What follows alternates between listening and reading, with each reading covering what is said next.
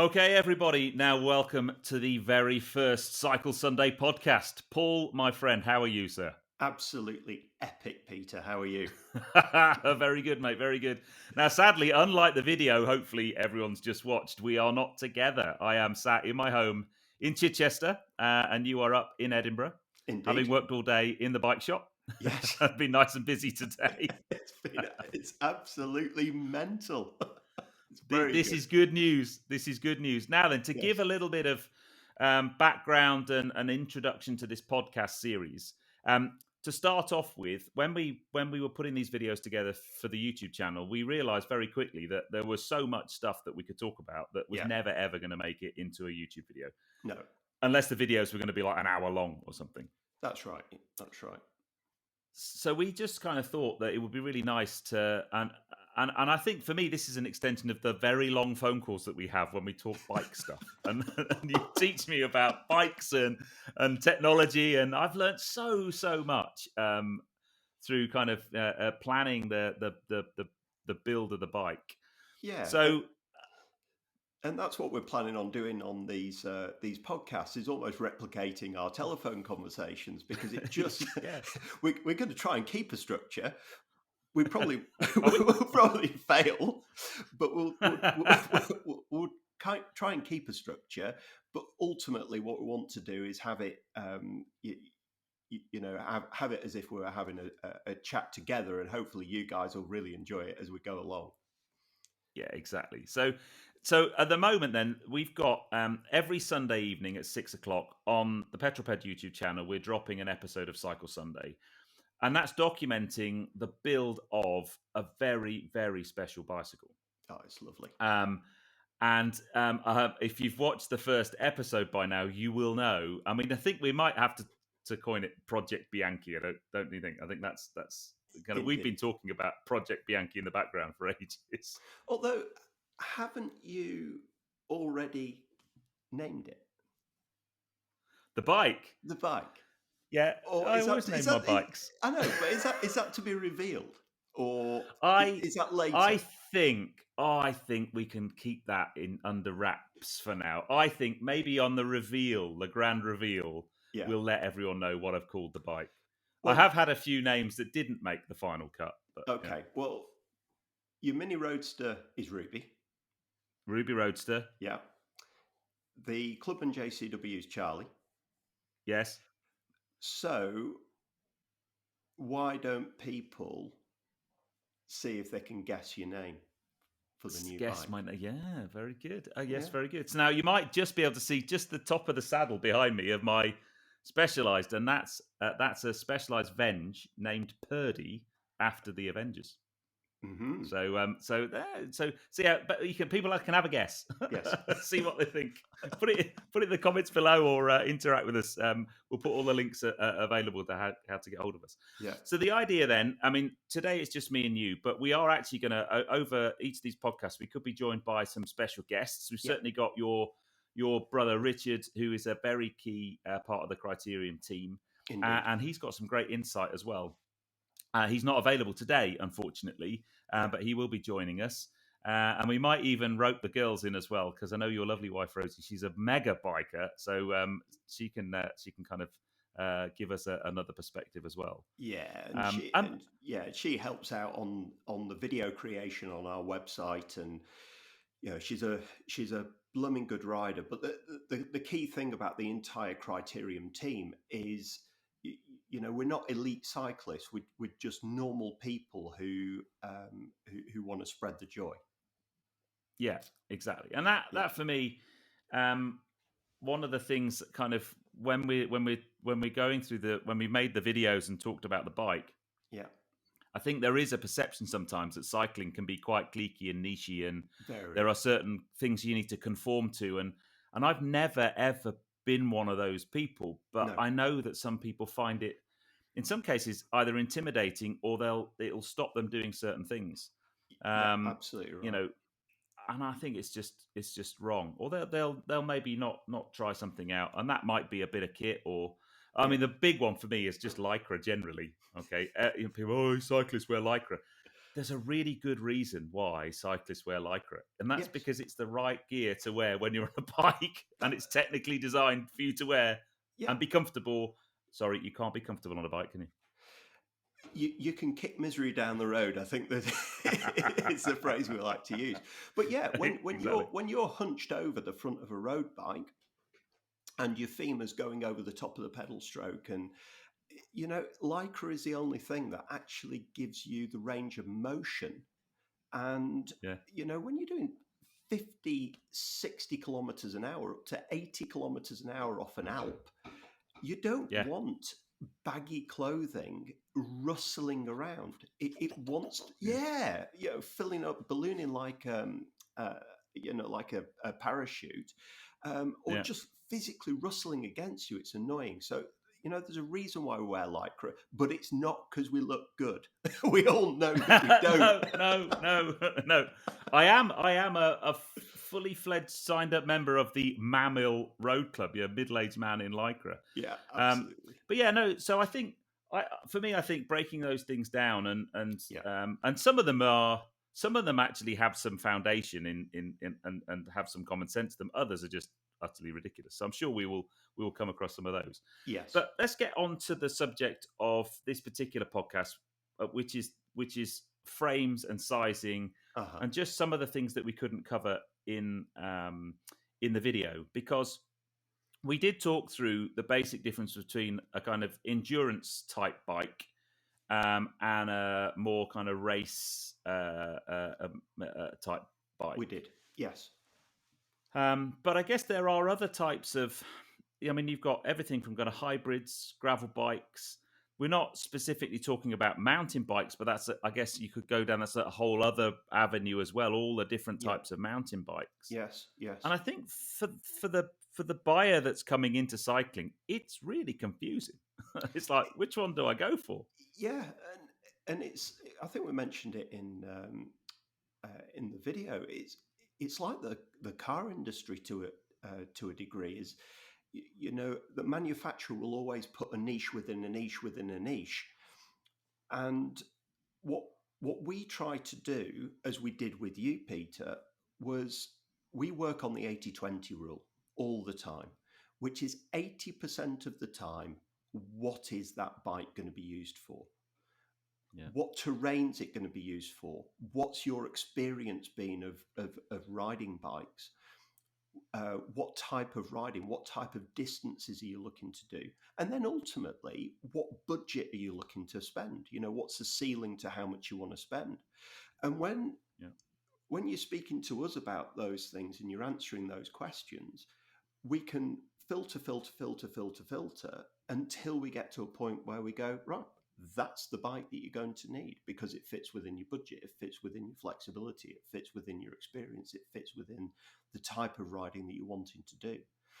So, you've got two ways of buying a bike. You can either do all the research yourself and maybe get it right, or you can come and speak to people like us who, we've no agenda. We don't care if you buy a road bike, a mountain bike, a hybrid bike. We don't care if you spend 500 quid or 15,000 quid, as long as it's the right size, it's the right type of bike, and it's going to be correct for you.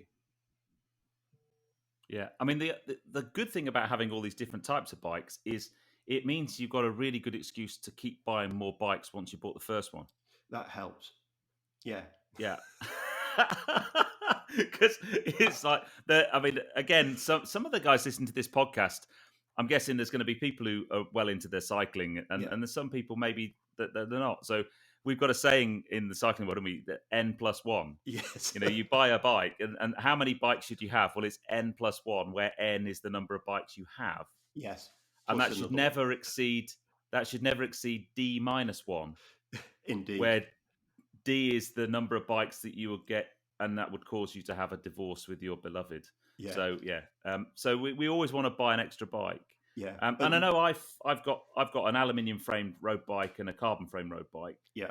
And when I did the Paris-Roubaix Sportif a couple of years ago, I was very, very close to buying a kind of cyclocross bike. Right. But I do have a question for you, Yes. and it might be a really simple answer. What's the difference between a cyclocross bike and a gravel bike? Because there's lots of talk at the moment about gravel bikes. Yeah.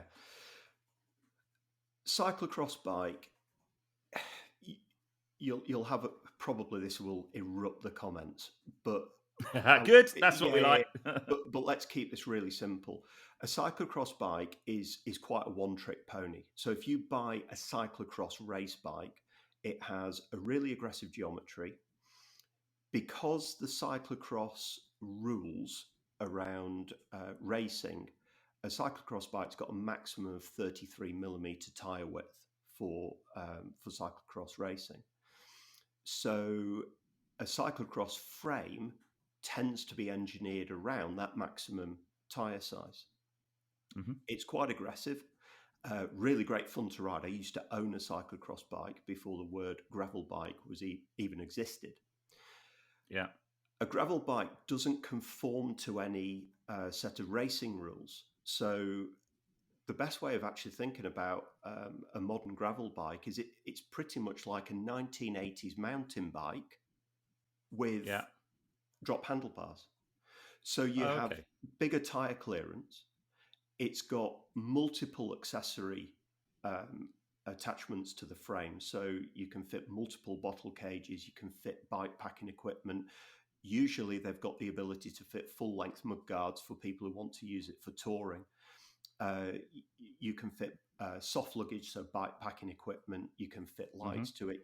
I mean, the best way of thinking about a gravel bike, to be honest with you, it's the SUV of a bike world. It doesn't. That's good. Yeah. It doesn't do anything brilliantly. It just does lots and lots of things really, really well. So when you looked at your Stelvio Quadrifoglio as opposed to the Giulia Quadrifoglio, you know, the Stelvio probably wouldn't do a lap of the Nürburgring as well as the purpose-built four-door version, but it does it to about 85%. Would that be fair to say? Yeah. So on the road then, to kind of my mountain bike, when I've got a 29 full suspension mountain bike. Yeah. And when you've got some road sections, I'm very lucky in the South Downs where we live. We don't actually need to go on the road that much at all. I could probably do 20 or 30 miles from my house. Yeah. And maybe 2 or 3 of those tops would be on the road. Yes. But when you are on the road, they're horrible to ride on the road because there's so much rolling resistance. Well, but if I was on a gravel, the gearing's wrong as well. Well, yeah, true. Yeah, absolutely. But a gravel bike would be better for that little bit of road. Correct. And then when I get to the lumpy bits, clearly a mountain bike is perfect for that. But a gravel bike could do most of what that does, you know, trails and lumpier stuff. And you wouldn't ride down there on a road bike, but a gravel bike's going to have a stronger frame, I guess, stronger wheels, thicker tyres. Bigger capacity, bigger volume tyres. And you're absolutely right. And when and I'm saying we, Rosie, my wife, and I, when we watch your dog walk videos that, frankly, Rosie absolutely adores. The stars of the channel. Little less Peter, a little bit more petrol pups. But but it's one of those things that every time I look at those where you walk, that is gravel bike country. If you did we say we've got a new gravel bike in, by the way? Mate, don't. You sent me a teaser of it. Oh, man alive. Yeah, but those... So is that... just in case the guys won't have seen the pictures. So it's from our favourite Italian bike maker. Yeah, from Bianchi and the new Arcadex. Absolutely stunning looking thing. Really nice. The colour of that one you sent me was amazing. It's really, really good. But that terrain that you walk on, that almost Land Rover green laning style of riding as opposed to tabletops and roots and rocks of mountain biking. If you've got a load of cycle paths, cycle tracks, forest lanes and those sorts of things, that's where you can really make progress, and that's where a Yeah. gravel bike's great. So both Rosie and I, we now own 3 bikes each, and we've got our lightweight carbon fiber road bikes, which is immense when you're wanting to go and do a 100-mile sportive and really go quick on the road. We've got our full suspension mountain bikes, very similar to you when we're going mountain biking, because nothing beats one of those. But to be honest with you, our gravel bikes, we own our gravel bikes, and we've got 2 sets of wheels for those gravel bikes. So we've got our gravel tyres when 80% of the ride is going to be off-road on forest tracks and paths. And then we also have a set of wheels that has got a slightly higher volume road tyre to it. So if we've got a sportive that we've booked in, and it's going to be a foul weather sportive, it's just going to be very rainy, very miserable, we'll tend to use our gravel bikes with the road tyres compared to our full carbon fibre race bikes. So very multifaceted. Yeah. So I was going to say it's one of those, and I guess you could, because I know Mrs. Petrol Ped, she's got it's kind of it's like almost like a halfway between a hybrid and a road bike. Yes. So it's kind of like a road bike geometry, but it's got flat or straight handlebars. But that's the definition of a hybrid. So always remember that cycling terminology started so we all started with road bikes, so drop handlebar bikes, and then BMX came into the scene in the 80s. Then mountain bike came into this, probably 70s actually for BMX, sort of later part of, and then by the mid to late 80s, we were starting to see the mountain bikes coming in. And then, of course, people turned around and said, well, I'd like a slightly faster sort of mountain bike, but with a flat handlebar. And that's when the hybrid bike was launched. So it was kind of, as you quite rightly said, it was a road bike with a flat handlebar. And then from there, we've now got the hybrid bike that sits between a hybrid bike and a mountain bike, which is called a dual sport bike that still has a flat handlebar, but a little bit of suspension on the front. And this is what I mean. It's just a niche within a niche within a niche, and it keeps going. And it's great. Like you said, it's the car world. You know, you've got these little, or the micro SUV, compact SUV crossovers. It's the same kind of thing. It is. So I guess for a lot of people, if they're, something like a gravel bike, if it gives you lots of options. Yes. Because the other thing I'm quite conscious of is for a lot of people, owning more than one bike just isn't an option financially. They're not cheap things. So, if you've got multiple bikes, you're in a fortunate position to be able to do that. So if you can only afford one bike, then maybe something like a gravel bike kind of gives you that crossover between good performance on the road, so you can do road sportifs and things, but you can also go green laning and explore, bridleways and those types of things. It gives you that extra. It is that extra option. You're 100% right, and it's a great place to start.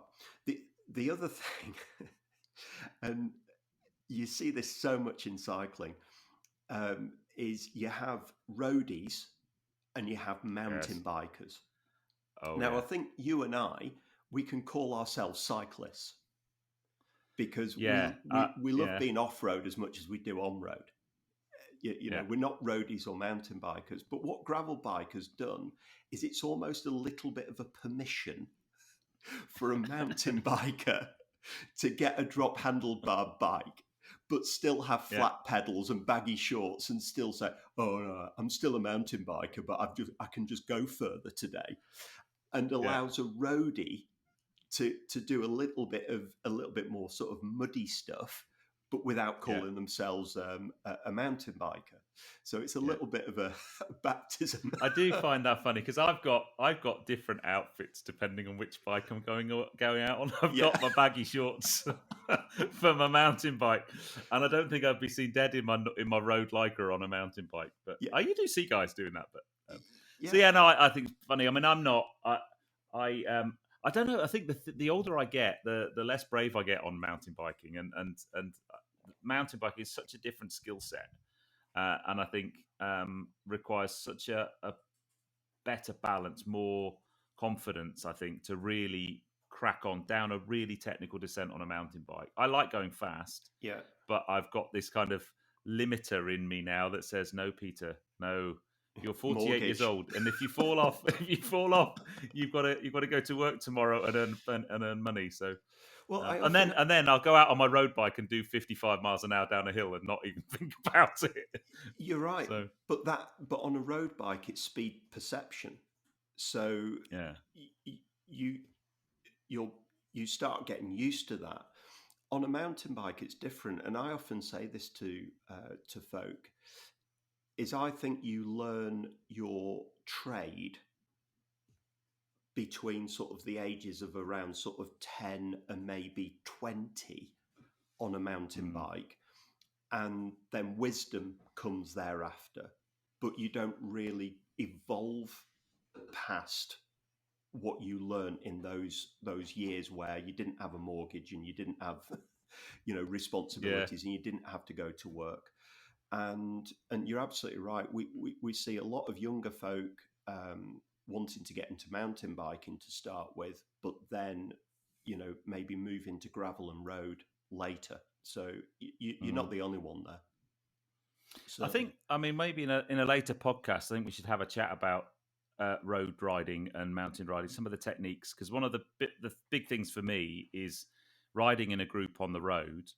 Is a real skill, and I think there's definitely a subject for another podcast. Well, I've just opened up Pandora's box for you right there, haven't I? We're not going to do it now. No, we'll do it on another one. Okay. Because I want to stick to the frame thing. Maybe we'll do it at the end of this podcast, because I know I've just totally gone open tin opener. Let's open pulls. So frame technology then. Yes. Because when I was up at the shop filming episode 1, and we had the frame, and I mean, a couple of things stand out to me about that frame. It is so light. It's remarkable. But it's when you look at it in really close up detail, the craftsmanship and the build quality is sensational.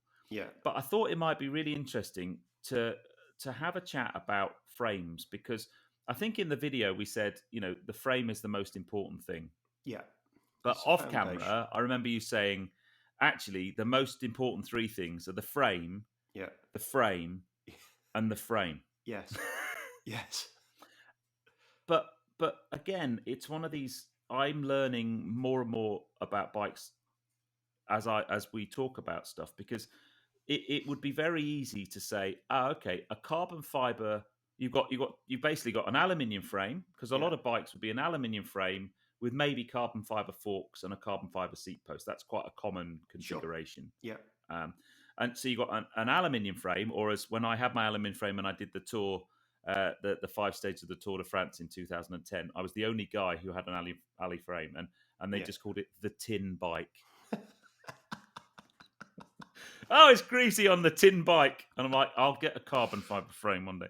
Brilliant. So, and then I guess you've got some really high-end exotic metal frames, magnesium and really funky stuff, the titanium and all that kind of stuff. But then you've got a carbon frame. And I think people think you've got an aluminium frame and a carbon frame, and all carbon frames are the same. So why would one carbon frame cost 5 or 10 times more than another? And that's where your knowledge comes in, and the way you explain that, because it really isn't a case of carbon frames are carbon frames. No, of course they're not. And when you just look at the 2 manufacturers that we deal with, so we deal with Trek and we deal with Bianchi, and the 2 manufacturers sit absolutely hand in hand, and they very much complement each other.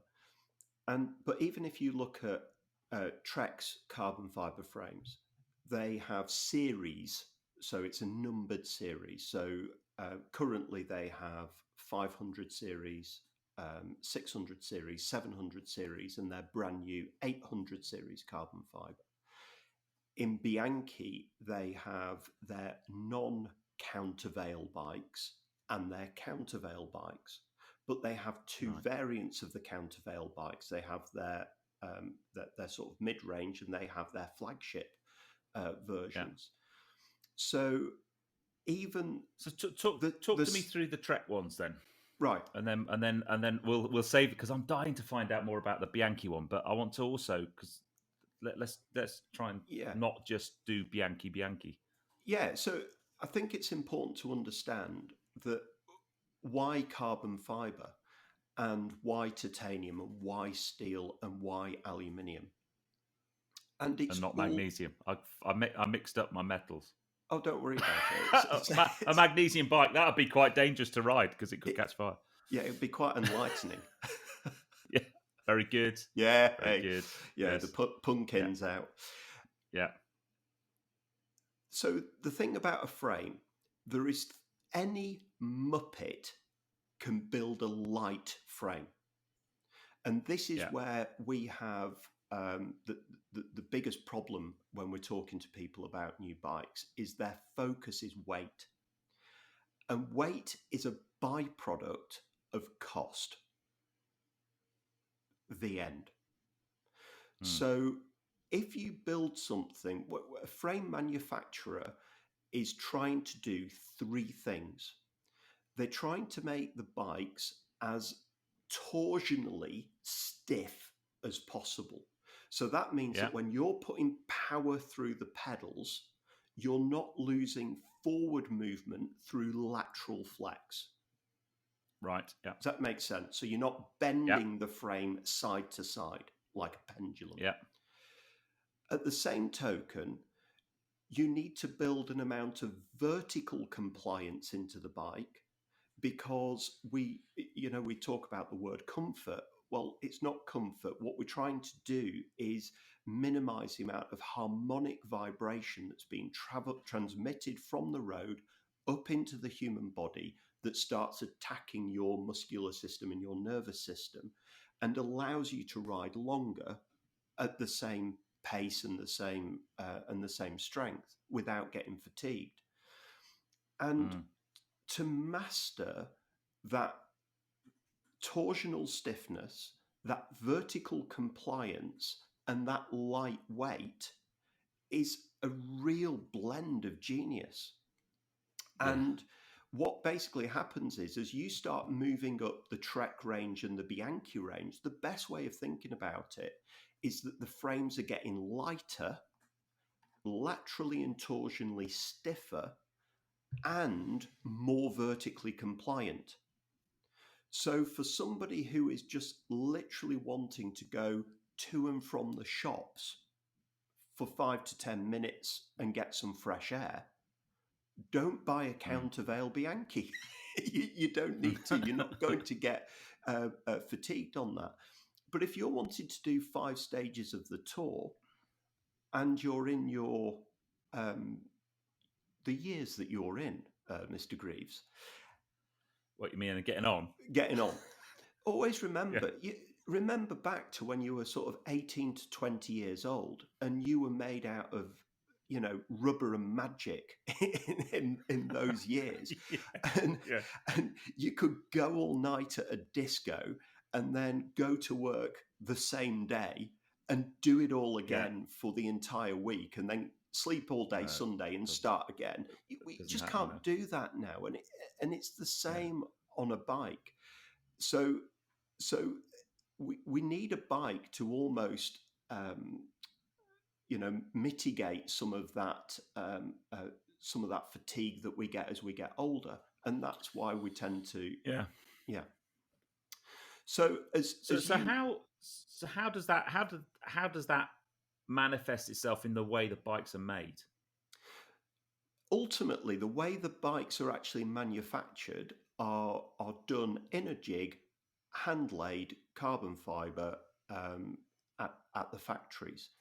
But it's the quality of the material, so it's the quality of the carbon fibre itself, so the matting, then the quality of the resins, how those resins and how those matins have actually been stored, then how they're pieced together, then how they're put together, and then the technologies that go into engineering. It is staggering. It is absolutely staggering. The way that companies like Trek and Bianchi make their frames. It's just wonderful stuff. So countervail then, Yes. as a technology, I'm guessing they probably trademarked that as well. So is that describing the vibration cancelling capabilities of the frame? So countervail is a material that was first invented for the space industry by a company called Material Sciences Corporation over in the States. And what it does is it actually eliminates, not absorbs, not damps, but it eliminates around 75 to 80% of harmonic vibration before it gets to the rider. And what that allows it to do is you can then take an aero tube shape that engineering wise is really, really difficult to engineer vertical compliance into because it's a triangulated shape. It makes it very difficult to then build that vertical compliance in. So the issue that you used to have about aero bikes, and you might find this with your Specialized, because not because it's a Specialized, but just because of the age of your bike. It was quite an early, it's quite an early 2013. That's right. So it's quite an early aero frame. You'll probably love riding it, but it will be quite harsh. So if you take it onto a road surface, that particularly UK tarmac, it's not like glass because we get a lot of rain in the UK. So our tarmac is quite coarse, it's quite open to allow the water to run through it. You go to Mallorca and the road surface, the tarmac is like glass. But you go on anything, any more than a light dew, and you just slide off the bike because it's not designed to offer grip whilst wet. Yeah, that's Chris Froome. Whereas in the UK, you can get grip actually when it's pouring down because of the type of the tarmac. Yeah. But the problem is to ride over that road surface on a 25, 28 millimeter tire. It's really fatiguing on an aluminium bike or on any bike that doesn't have any vibration cancelling in it. And again, it's fine if you're young enough, strong enough, fit enough, or maybe only riding for half an hour to 3/4 of an hour to an hour and a half. But as we start to increase those hours and we start to increase those miles, and you start to get fatigued, then a good quality carbon frame with a vibration cancelling in it can be the real ticket to do longer distances. So hopefully, is that helpful? For me, that's... No, it is. It's one of the most exciting things. I can't wait to ride the bike and feel it, and feel that at play. And this crossover between the bike industry and the car industry. And we all kind of know the background of carbon fiber. It kind of started in the aerospace industry, went into Formula One, and we started to see McLaren build into their Formula One cars, and then it slowly started to come into road cars. Yes. And I think it's a throwaway term in the car industry. Oh, this car's got a carbon roof. I did it on a review this week. Oh, it's got a carbon roof. Yeah. Without really thinking about just what a complex material it is. Yeah. And to do it well, anybody can lay carbon fiber down in a mold and stick it in an autoclave, and you've got a carbon fiber something. That's the key. But to make carbon fiber well, yes, and it's even things like I know when you look at something like a high end McLaren. Yeah, I remember seeing a McLaren Senna at the Geneva Motor Show in full exposed carbon fiber the year that they came out, and you look at the carbon detailing, and it's the way they've even got the the grain of the carbon to link together perfectly on seam lines, and it's beautiful, beautiful engineering. Yeah. And that's kind of what these bike frames are like. It's that level of sophistication. Very much. And then I guess that the next thing to go on to, which again, it's difficult for the guys listening on the podcast. If you're watching this on YouTube, it's probably a bit easier because we're moving our hands around and stuff. Yeah. But is the thought of, if you come from the car world and we talk about aerodynamics in the car world, and we talk about drag coefficients and downforce and all that kind of stuff. And you think, well, there's no way you're going to do that on a bike because it's not moving fast enough. But actually, you couldn't be further from the truth. The amount of aero that you were talking to me on these bikes. And as I said, I always describe my Venge as an aero bike because it's got very flat tubes and narrow, and it looks like a very aggressive aero bike. Yeah. But the amount of aerodynamics at play is phenomenal. Oh, it's Maybe crazy. we could have a bit of a chat about some of those things. Yeah, very much. And the thing is that you've got to bear in mind we're dealing with slow speed aerodynamics as opposed to high speed aerodynamics. And I've actually forgotten his name, but there's another guy who's on YouTube who is a sort of aerospace engineer, and he really understands this stuff, and I'm quite basic when it comes to it. But we'll find out, and we'll put a link to his channel in the comments. But the thing about aerodynamics on a bike is you've got to bear in mind that it's not just about the aerodynamics of it heading into a headwind, but it's about how the bike then behaves as the yaw angle of the wind starts moving around the bike into a full crosswind and then into a tailwind. So how does a tube shape on a bike, how does even the pedals that we're going to be putting onto your bike has a degree of aerodynamics to it. It's that it's mega, isn't it? Yeah, and you know your particular bike, and I don't want to give too much away because obviously I want people to watch the videos, but all of the routing for all of the cables is fully internal. As somebody from Track once said to me, that every single exposed cable that's on the front of the bike is offering 40 grams of drag per cable that's exposed. Wow. You know, that's the level of detail that these guys are going into. And what I've experienced on riding aero bikes from non-aero bikes, even down to just the wheels. So I moved from a standard set of wheels onto a really nice high-end set of aerodynamic wheels. I then moved back to the old wheels, and it felt about 30, 35 kilometers an hour. Somebody had thrown an anchor out the back of the bike.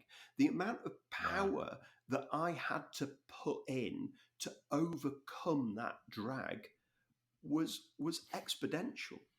So it's not so much how it affects you at those really slower speeds, but it's the amount of energy saving that you get when you're cruising at the higher speeds. That again, if you're using less energy, you can then go faster for longer. Yeah, I mean, again, trying to kind of bring this to again maybe the less cycling oriented listener is. I remember when I got into road cycling, and you watched if you ever watch road cycling on the telly, the Tour or the Vuelta or the Giro, and you see them in the big peloton, the big long string of riders. And you, especially on the sprint days where they're leading the sprinter out, and the sprinter sat on the back of like 8 riders. Yes. And you think, why are they doing that? And it's all about aero and drag. And you think, well, you're never as an amateur or a keen, a trier. I call myself a trier, not an attempt. You're never going to feel that, and you so can. Yes. If you get even the two of you. So I cycle out with my next door neighbour Dan, and we'll often. There's quite a few really nice long drags of maybe 2 or 3 mile long roads, and we'll sit on each other's wheel and take it in turns. Yes. And if you're sat behind someone, I believe it's something like a 30% gain in terms of crazy power.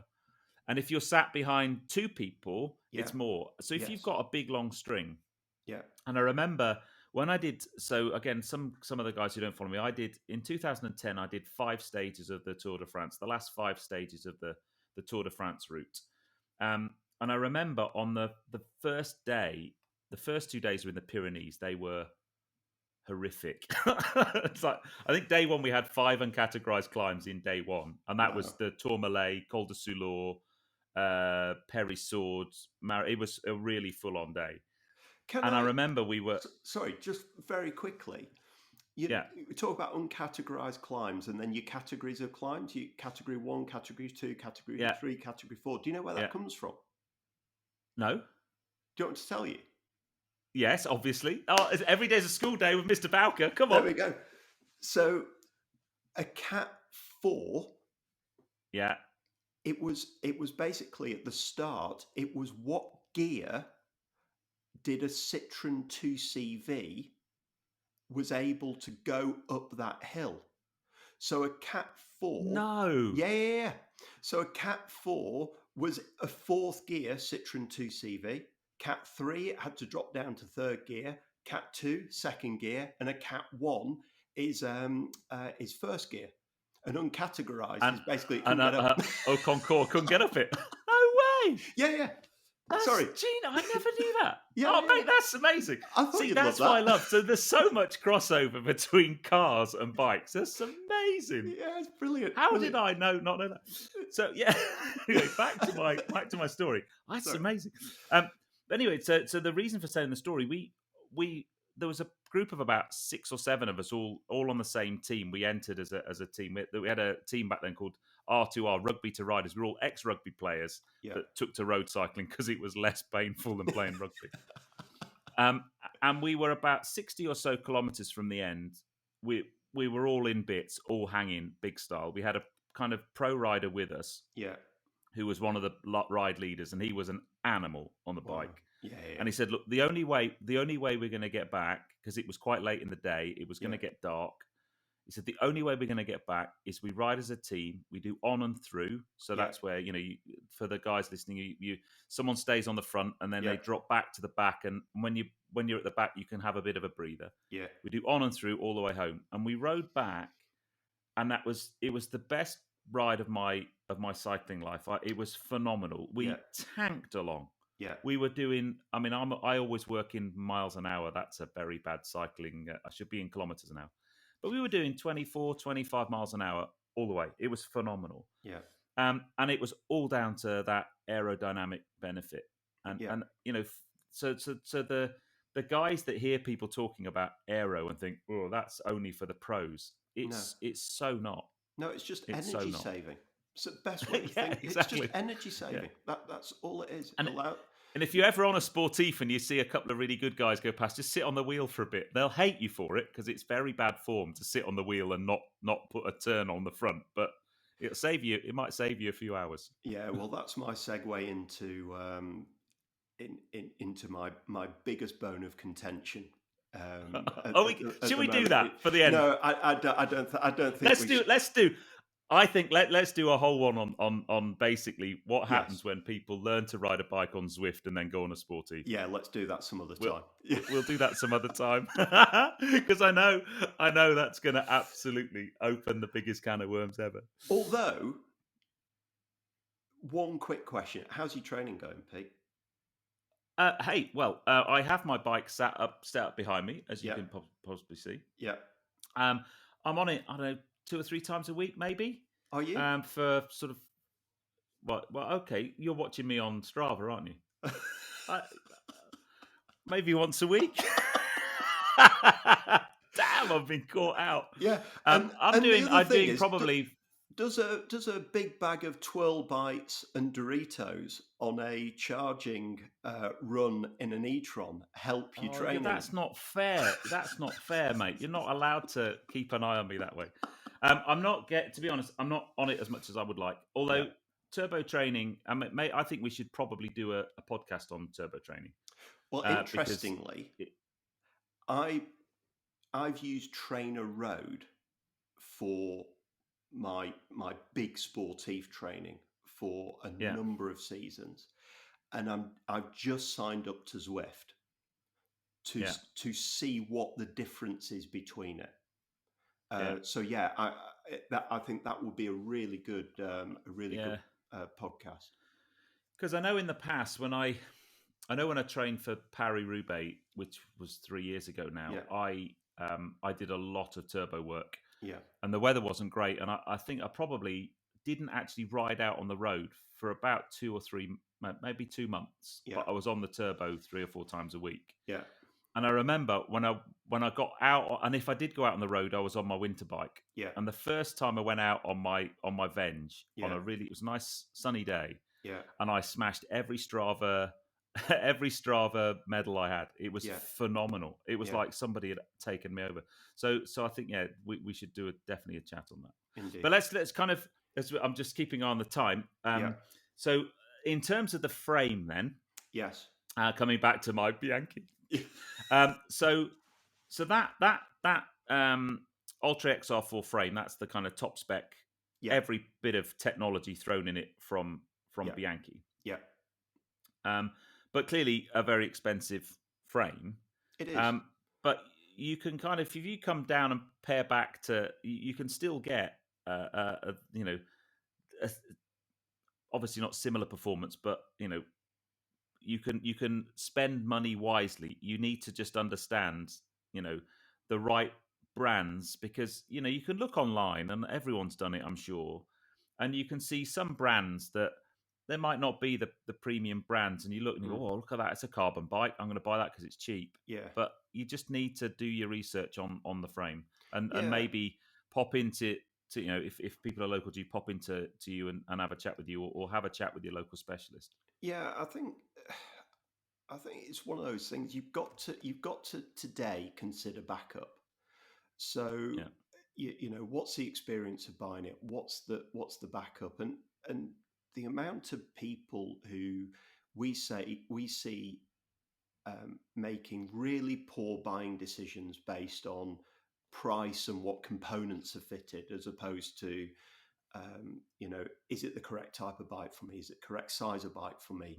What's the backup that I'm going to get from this company? And we see that all the time, and we're really blessed. Actually, we've got 2 fabulous brands that we've dealt with for many years now. Their customer service, so Bianchi and Trek's customer service to me, because always remember that you, Peter, are a customer of Criterium Cycles, but I am a customer of Trek and Bianchi. Mm-hmm. So I can make all the promises to you of the best service in the world, but if I'm not backed up by my manufacturers, it all falls down on its face. So the reason why we deal with Trek and Bianchi, are there other bike manufacturers out there who make equally as good kit? Of course there is. You can't really buy, just like you can't really buy a bad car. Yeah. You can't really buy a bad bike. But ultimately, there are bike manufacturers who offer better customer service to the dealer, who can then ultimately offer better customer service to you, the end user. And that's why we deal with Trek and Bianchi. Yeah. I mean, it kind of leads us on to maybe the last thing we can talk about, and that is at the moment, and I think it's a lot to do with COVID and so on. There's a massive boom in people getting out on their bikes, which is phenomenal, and it's brilliant. But what that means is actually getting hold of components and frames. And we were super lucky with my frame because it's a really unusual size. Yeah. That we managed to get one of the last frames around for our bike build. And so in terms of getting access to stuff is quite challenging at the moment. Yeah, I mean, we've got some really exciting news coming up, and hopefully we'll be able to share that over the next few weeks in terms of our expansion plans. But you're absolutely right. The industry has seen an absolutely massive uptake with people staying at home. So last summer, for example, let's just take summer. So summer in a bike shop is busy anyway, right? Because it's summer in a bike shop. Add on to that, the only thing that people could do really during lockdown was either walk or cycle, and frankly, a lot of people prefer to go on a bike than on the 2 feet. Fine. And add on to that the government's advice of, if you do have to commute, try and avoid public transport and try and cycle or walk as much as you can. So we had a threefold increase in people wanting to buy bikes for all of those purposes. Yeah. So that created a massive influx. And I think that there's also been a huge realization from a lot of people that actually it's also really great fun. It's lovely. Yeah. It's not as miserable as people remember, because bikes the technology of bikes has actually made the activity of cycling really, really enjoyable. It's a great thing to do with the family, to get people together. Yeah. So we as a company, as Criterium Cycles, have got more bikes on order with Trek and Bianchi than we ever have had. So we're in a very good place for people being able to order bikes from us. But you know, people have to be a little bit sort of less absolutely selective of, I want that bike in that colour. That there has to be a little bit of compromise. Yeah. But it's, because interesting. I was gobsmacked when we got my bike frame size, and we were like, right, let's try and get hold of one. Yeah, it's like we got the last one. yeah. Oh, it's crazy, but it's good because people are getting out on the bikes. And the really fascinating thing was that people in the industry was really concerned about, we're going to have this absolutely massive boom, and then suddenly eBay was going to be filled with all of these bikes that people have bought that they no longer want to use. Just isn't the case, and order uptake of new bikes, even through the weather that we've just had over the last 4 to 6 weeks, has just been phenomenal. Yeah, I mean, for me, I think the reason I love cycling is many faceted, and that's probably why, 11, 12 years on after I really got into it, I'm still loving it. I love the actual bike itself, the physical asset of a bike. I love the technology, the way be it from, I'm not very good at maintenance, but that's why I bring it to you guys to fix. Sure. But I love tinkering my bike and so on. But then to actually go out for a bike ride, you've had a rubbish week at work, or you need to think about stuff. You can go out on the bike, and your mind clears, and you just have a fantastic experience on the bike. But then the other thing is, if you then start getting into sportifs and doing things like that, it gives you something to motivate yourself to get out there and get training. If you enter yourself, every year I try and enter like 100-mile sportif or do something like that. Because you have a motivator to get on the turbo, to go out on a ride on a weekend and to get fit, and you're sitting there and thinking, oh God, I've got a sportif in a month's time. I need to get fit, and that motivates you to get out there, and that's what I love about cycling. And it is a sensory experience. It's every sense, isn't it? When you think about it, you talk about convertible cars, you get, or even motorbikes, you get out on a push bike, you don't have a full face helmet. You are really in a convertible. You're in the open air. You're smelling everything. You're hearing everything. You're feeling everything. It's a proper sensory experience, and it is just the most wonderful thing. And it's such a social thing as well. You can ride with somebody literally next to one another, and just enjoy another person's company. And when you stopped and join that person's company, you can basically try and drop them.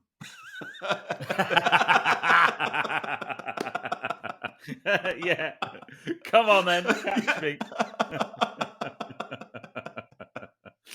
No, I couldn't agree more, and it is great, and so at the end of the day, it's healthy and it's good for you as well. So what's coming up next? So the next episode of Cycle Sunday, which drops next Sunday at 6:00. So we've selected the frame. Yeah. The next thing we are going to start the actual. So the frame was sized to me, which we saw in the video. Yes. 2 simple measurements. But now we need to do a fit to select, because we're doing a frame up build. It's a full custom build. That's right. Yeah. Yeah. So we're going to put me on a jig and start measuring me. Yes. But the thing we need to start off with is actually we're going to select pedals and cleat system and shoes. I'm not going to go into any more than that. No. You might think, wow, that's a bizarre place to start, but we explain why we start there. Yes. And then we've got the next 2 videos around the fit process, because there's so much to talk about. Yeah. And we will be, again, following up next Cycle Sunday's YouTube video with another podcast. Yes. Yeah. No, it's good. It really is good. Yeah. So cool. Well, let's kind of draw this one to a close. If anybody's got any comments that they want in terms of stuff that they'd like to ask our expert Paul, probably there's no point asking me. But if you've got any questions for Paul, then get in touch, and we can start to have at the end of these podcasts or during these podcasts. It would be great to get some questions from listeners and viewers. Yeah. So any questions in any subjects you'd like us to talk about? As I said, the first, the first run of these podcasts are in support of the videos for building the bike, but we're going to run this on after that and evolve it as people would like. Hopefully, people listen to it and enjoying it. And the thing I just always like to ask people, that there is no ego in this room. So every single day I learn something new. Every single day, Peter learns something new. So normally when I'm speaking to you, well, we're all learning all of the time. I've got a lot of experience. I've got 30 years of cycling, nearly 8 years of actually in the cut and thrust of the industry. Yeah. So when you're putting your comments in, when you're putting your questions in, it would be absolutely great for you to do it in a nice sort of formulaic style that is asking a question. It's giving your experiences and allows us to go, oh wow, okay, that's a really good take on it. And so try not to have your comments being sort of negative towards what we say, but let's try and understand your side of it as well. Yeah, absolutely. Yeah. And there's no such thing as a stupid question either. Absolutely correct. Really you're right. You're totally right there, Peter. So make sure you subscribe to the podcast because there'll be plenty more good stuff coming. Yeah. But for now, from me and Paul, ride safe, guys. Ride safe.